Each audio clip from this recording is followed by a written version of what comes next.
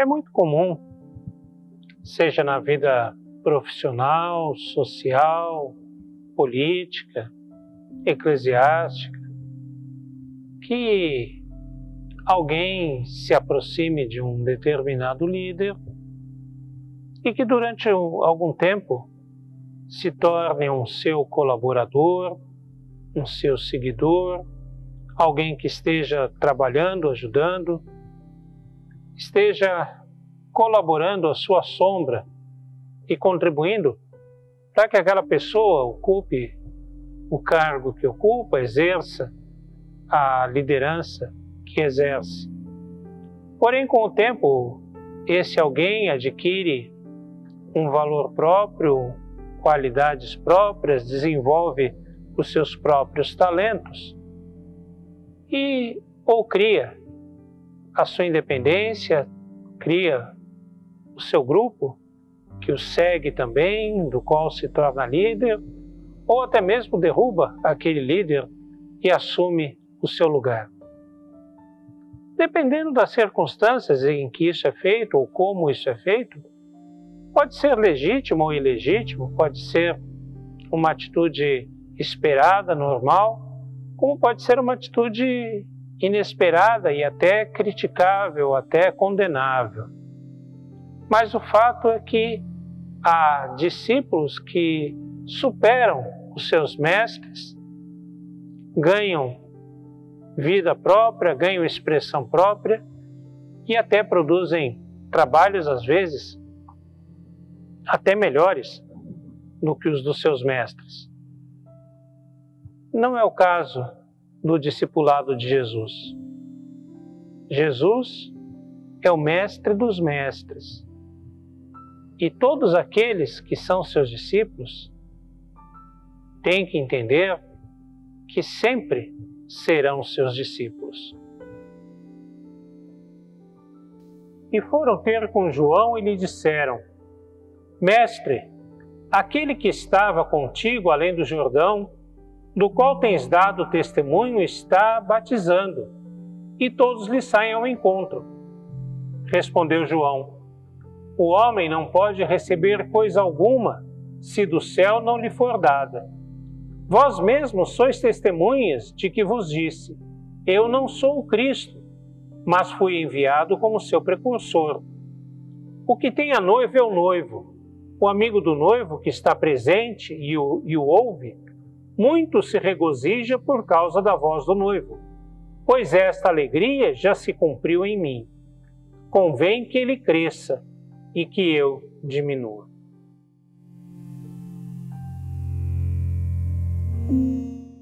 Às vezes, em uma discussão ou uma situação similar a essa, algumas pessoas querendo impor a sua autoridade, querendo impor algum tipo de respeito, usam a famosa frase: Você sabe com quem está falando?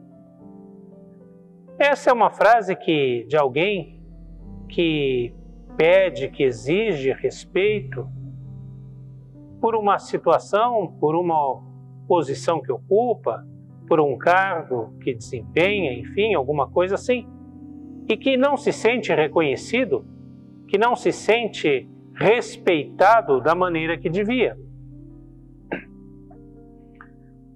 A pior versão dessa frase é aquela em que a pessoa, então, quer desqualificar o outro, quer desqualificar a pessoa com quem ela está tratando, e ela diz assim: Você sabe qual é o seu lugar?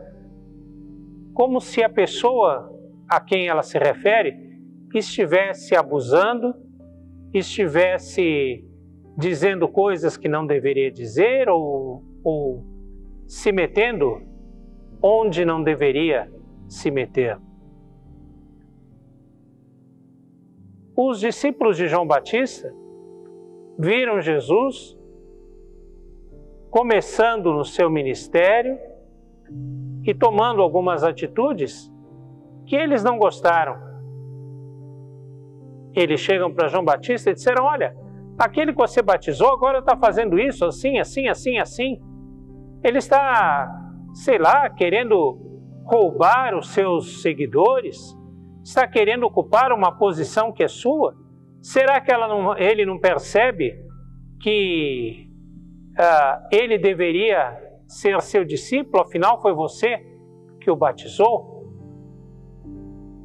Só que João Batista sabe de quem eles estavam falando e sabe quem era Jesus. Ele não era mais um dos pregadores que estavam por ali, pela Judéia, pela Galileia, simplesmente pregando. Ele era o Filho de Deus, que se encarnou, que veio para salvar o mundo, aquele do qual ele não era digno de desatar as sandálias, como ele mesmo disse, ou como qualquer de nós deveria dizer. Ele sabia que ali estava Jesus e que o seu lugar era o de ser seguidor de Jesus e não de Jesus ser o seu seguidor. Por isso, ele diz aos seus discípulos: convém que ele cresça e que eu diminua. Eu não sou o Cristo, eu sou apenas aquele que precede o Cristo. Eu estou preparando o caminho do Senhor. Esse é o meu ministério, esse é o meu trabalho. Eu não quero ser o Cristo, eu não posso ser o Cristo. Ele o é. Convém que ele cresça e que eu diminua. Esse é o meu lugar. O discípulo deve conhecer o seu lugar. Deve saber que ele é discípulo de Jesus e não mestre. Não é ele o centro das atenções. Não é ele para o qual o foco deva estar virado. Não é ele para quem as pessoas devam olhar, devam seguir, devam observar. Mas elas devem olhar para ele enquanto ele reflete a luz de Jesus, enquanto ele reflete o ensino de Jesus. Ele é discípulo e não mestre, e este é o seu lugar.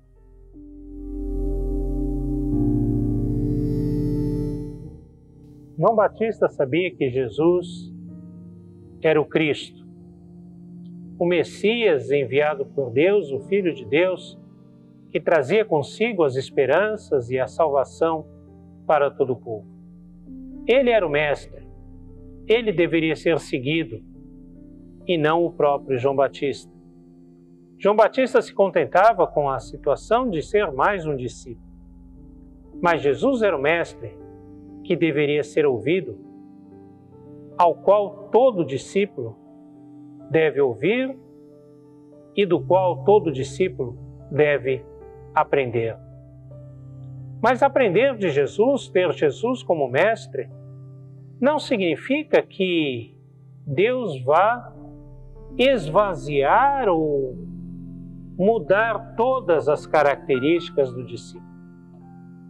Cada ser humano, cada pessoa, foi criada por Deus com as suas características pessoais, os seus gostos, o seu jeito, a sua cultura, o seu gênio, os seus gestos.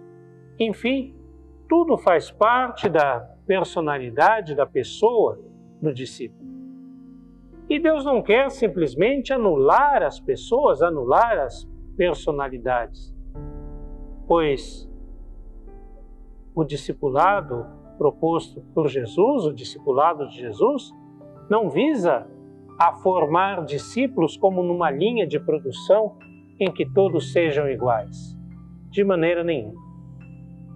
Mas o que Deus quer, o que Jesus quer, é em diálogo construir cada vez mais a pessoa do discípulo, tornando uma pessoa melhor, ressaltando as suas características pessoais, ressaltando as suas qualidades pessoais, fazendo dele mais ativo, mais presente, mais útil ao reino de Deus. Essa construção não se dá como se o discípulo fosse um copo vazio ao qual Deus vai enchendo e enchendo e enchendo de ensinamentos. Não, mas se dá num diálogo constante entre o ser humano e Deus, entre Deus e o ser humano, pois é Ele, o próprio Senhor, quem propõe esse diálogo. Um diálogo que nem sempre é calmo, muitas vezes é tenso. A Bíblia narra passagens de pessoas como Jacó, como Jó, como o povo de Nínive, ou até a mulher Ciro-Fenícia, que questionaram a Deus, que lutaram com Deus, que buscaram em Deus outra resposta e Deus mudou a sua opinião, mudou a sua vontade para ouvir aquelas pessoas.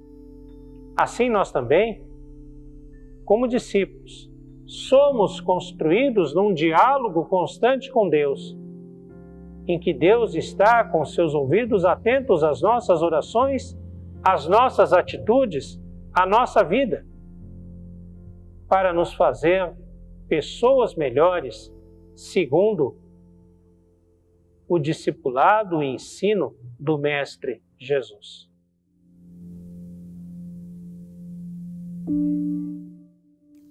Há uns anos atrás havia um comercial na televisão que dizia o seguinte: se você andar pelos caminhos que outro já andou, você vai chegar no máximo ao mesmo lugar onde esse outro já chegou. Com isso, a intenção do comercial, das pessoas que o fizeram, era desafiar as pessoas, os ouvintes, a trilharem novos caminhos, a buscarem outras opções de vida, buscarem outras formas de caminhar, de viver. Com Jesus não é assim. Jesus realmente já trilhou todos os caminhos. E ao discípulo não cabe trilhar outros caminhos que o Mestre não tenha trilhado. Pelo contrário, cabe a cada um de nós, cabe a cada discípulo, trilhar os mesmos caminhos de Jesus. Permitir que ele cresça e que nós diminuamos. Mas isso não significa que não estaremos conquistando novas coisas, chegando a novas situações, encontrando novas realidades. Pois afinal, Jesus trilhou diversos e diversos e diversos caminhos. Jesus trilhou diversas e diversas veredas.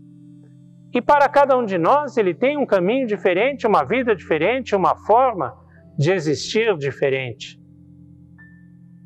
Mas em cada forma, se nós chegarmos aonde Jesus chegou, estaremos sim, chegando aonde ele já chegou.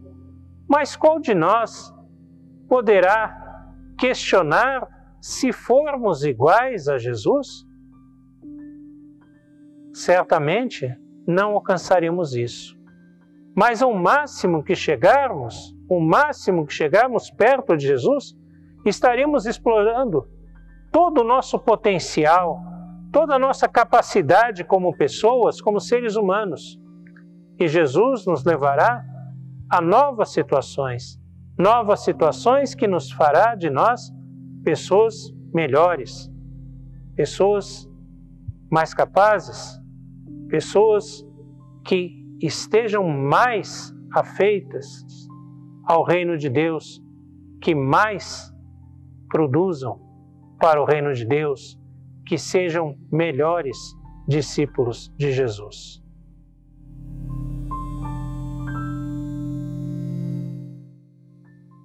Jesus é o Mestre por excelência, é o Mestre dos mestres, é o Mestre ao qual nunca alcançaremos ser como Ele.